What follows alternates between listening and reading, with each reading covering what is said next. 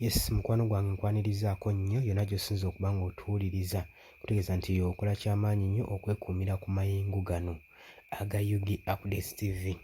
Bw'agala otweyungako genda wali wansi waliwo ekigambo subscribe kikooneko ojja kuba nga osobola bulungi nnyo otweyungako gwe mukwano gwange ali eyampuliriza. Yonna gy'osinziira nammwe abali emitala w'amayanja mbanirizaako nnyo mwebale kwekuumira ku mayengo gano aga UG Updates TV. Olunaku olw'eggulo ssaawa era zabadde nga bwe buti nakuwadde emboozi ya Isabel gy'abadde anyumya ku bazigu ku bayeekera ab'akabinja aka M23.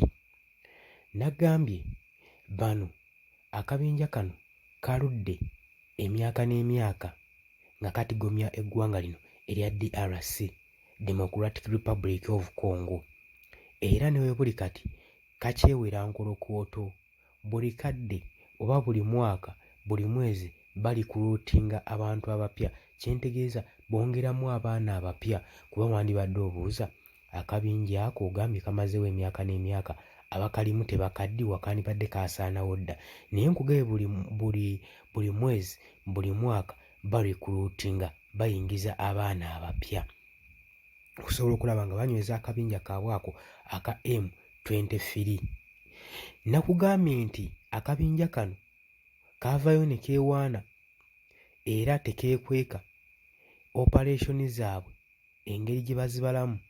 Batuula mu mawanga agataliimu ntalo mwe batuuza meetings zaabwe engeri gye bagenda okukolamu obutujju n'obulumbaganyi, era baavaayo ne bagamba nga bayita mu mwogezi waabwe nti meeting zaabwe zituula mu kibuga Kampala mu South Africa n'ebitundu ebimu mu East Africa byo bye bawuliramu nti nno bali seefu okudiscussingiramu ensonga zaabwe nga mpaawo agenda kuzirumika.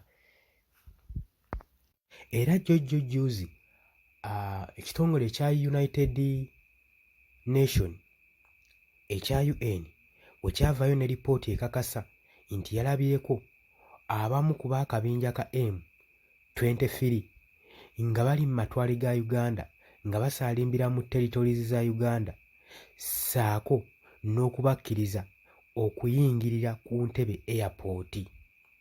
UN yavaayo ng'eraga nti erina obukakafu nti abamu ku bakulu mu Uganda basisinkana akabinja kano aka M23 era be bamu ku basapootinga obuyeekera buno, era ne bavaayo ne lipooti eraga nti no Uganda yeenyigira mu kufujjirira abayeekera bano ab'akabinja ka M23 okusobola okulaba nga batwala obuyeekera bwabwe mu maaso mu ggwanga erya DRC, basobole okuba nga batigomya abantu ng'omukwano gwange ali eyampuliriza. UN newankubadde yavaayo n'ekyogera, bo baavaayo ab'akabinja kano aka M23 ne beesambajja era ne babyowokana ne bakomba kwerima ne bagamba temutusibaako matugambuzi kubanga ffe tukola operation zaffe, meeting zaffe nga tugenda okukola operation zituula mu nsi ezo zituuliramu nti nno tuyina eddembe, zituulira nti nno tuli seefu okugeza nga Kampala, South Africa n'ebitundu ebimu ebya East Africa mwe tutuuza meeting zaffe. Naye olw'okuba nga muyinza obba yeesi mwatulabako, ffe tuba tetugenze kusisinkana bakulu mu Uganda olw'okuba balina bye batufacilitatinga nti baba batuteekamu ssente ekyo mutuwaayira. Ffe tuba tugenze mu nkuŋŋaano zaffe kulaba kutema mpenda ngeri ki gye tugenda okuba nga tukolamu obulumbaganyi. Abo ab'akabinja ka M23 bwe bate bavaayo okuwakanya ekitongole kino ekya United Nation okulaba nga bawakanira ddala okuba nti eggwanga erya Uganda libawa obuyambi okusobola okukola obutujju ku ggwanga lino erya DRC. Isabel eggulo yakunyumizza nga bye baayiseemu ng'akabinja kano kalumbye eri mu Congo ne kasanjaga ne kasaanyaawo kubanga ko tekalina kikaleka mu kkubo. Baakugambye nti nno okutuuka ku Northern Kivu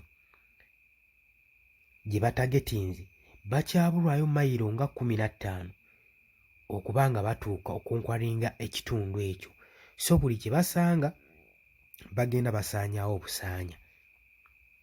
Yatugambye nti nno era atwongera n'atugamba nti abakazi bakwatibwa ku mudumu gw'emmundu mu maaso g'abaana baabwe. Abalala ne basimbibwa masekkati wansi ku luguudo okusobola okulaba ng'abakolako obulumbaganyi bonna bwe baagala ng'ensi eraba era nga buli muntu alaba ekigenda mu maaso. Era agamba ebikolwa bino babikola olw'ensonga bagezaako okuŋŋaanya obujulizi ku butujju bwabwe, ku ngeri gye beeyisaamu okusobola okukasuka entiisa eri abatuuze b'eggwanga erya Congo mu ebyo ebitundu bye baagala okukonkwalinga, babikubemu entiisa basobole obbituukamu nga temuli muntu yadde n'omu. Bakola ne bakwata abakazi n'abaana mu maaso ga famire zaabwe, ne basanjaga abantu eno nga bwe babikwata basobole okubisindikira eri abo basobole okutestifyinga testimony nti bye bino ebikolwa singa akabinja ka M23 kakusalako. Ebyo babikola basobole okuba nga babatiisatiisa bagende okutuuka nga kyeyerudde dda gwe munnange nga bayisa mu jjenje ekkalu. Kyakutegeeza nti oli ku Yugi Updates TV kw'osinza obba ng'owuliriza amaloboozi gano. Wabula kyenkusaba gwagala otweyungako genda wansi awo waliwo ekigambo subscribe kikooneko, ojja kuba osobola otweyungako gwe mukwano gwange ali eyampuliriza. Okkiriza okusheyalinga, okulayikinga, ate mmwe abaagala okujja mu comment section musobole okuteeseganya wamu naffe. Nagambye dda sooka wali ku kigambo subscribe kikoonemu, ojja kuba osobola okujja eri gye tuteeseza tusobole okuwanyisiganya ku birowoozo ku biki ebigenda mu maaso mu ggwanga. Gwe mukwano gwange ali eyo ampuliriza. Mukwano gwange nga bwe mbadde nkugamba ebigenda mu maaso mu kabinja kano aka M23 bagezaako okuŋŋaanya obujulizi.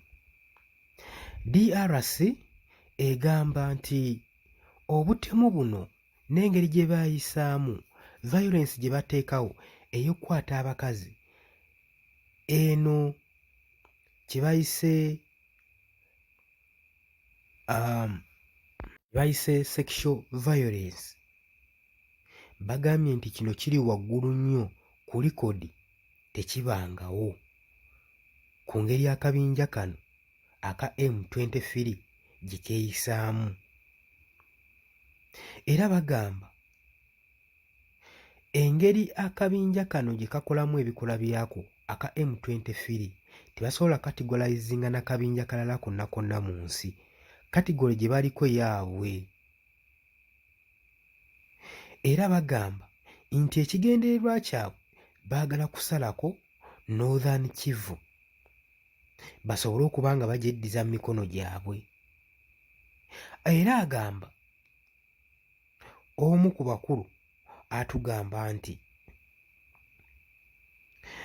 akabinja kano aka M23 tekasoboka olw'ensonga kabaakingiddwa n'abanene bangi, kabaakingiddwa n'ensi, kayina ab'emikago. Ogeza eggwanga ng'erya Rwanda nalyo libaakinga akabinja kano okusobola okulaba. Bagamba nti ekigendererwa kya Rwanda, ekigenda kya Rwanda olw'okuba nti ensi yaabwe entono baagala kwokipayinga kubanga bawamba amatwalo agasinga okusobola okulaba nga bagaziya ensalosalo zaabwe nga bayingira mu ggwanga lino erya Congo. Era bavuddeyo awamu ne bakonfaminga ne bagamba nti kirabika Kagame ayagala kuwamba ekitundutundu ekinene mu Congo ekisinga agaziye Rwanda ebeere ng'esingako ne Congo obunene. Ebitundu by'atagetinze mwe muli Cuku ssaako ne Kivu okusobola okulaba nga bibeera part of Rwanda, nga bino bibeera ku sayidi ya Rwanda. Kyafa y'ensonga lwaki bateekamu nnyo amaanyi n'akabinja kano aka M23 okusobola okulaba nga kakonkwalinga, nga katemula abantu, nga kasindika entiisa eri abantu basobole okuba nga baamuka ebifo ebyo, basobole okuba nga beddiza ensalosalo oba ebitundu ebyo. Gwe mukwano gwange ali eyampuliriza kutegeeza nti nno badde muwuliza mulungi nnyo. gulowooza ki ky'olowooza kabinja kano aka M23 n'engeri gye keeyisaamu? Jangu mu comment section, jangu otubuulire endowooza yo. Endowooza yo ebisinga tugenda kuba nga tubyongerako enkya obudde empinda ebutuuliridde gwe mukwano gwange ali eyo. Bwe ky'oba okola genda otweyungako enkya subscribinga busubscribings kira wansi waliwo ekigambo subscribe kikoonemu ojja kuba osobola otwegattako enkya. N'ekirala ekibuuzo kye njagala obbalekera kye njagala mujje mu comment section. Golowooza lwaki amawanga gano tegannaba kubanga gansanctioninga newankubadde galaga galina obujulizi eri ago amawanga agafujjirira akabinja kano akabayekera aka M23 lwaki tegannavaayo kubanga bagateekako envumbo? Jangu otubuulire ensonga lwaki. Golowooza ki ekyekwese emabega wa kino gwe mukwano gwange ali yampuliriza? Nkwaniriza nnyo mu comment section, jangu okomentinga otangaaza eggwanga ku ndowooza yo. Golowooza lwaki mukwano gwange embeera eriwo etyo? Bategeeza nti nno mbaagala nnyo era mbaagaliza ekiro ekirungi. Mwewale kwekuumira ku Yugi Updates TV. Mweraba.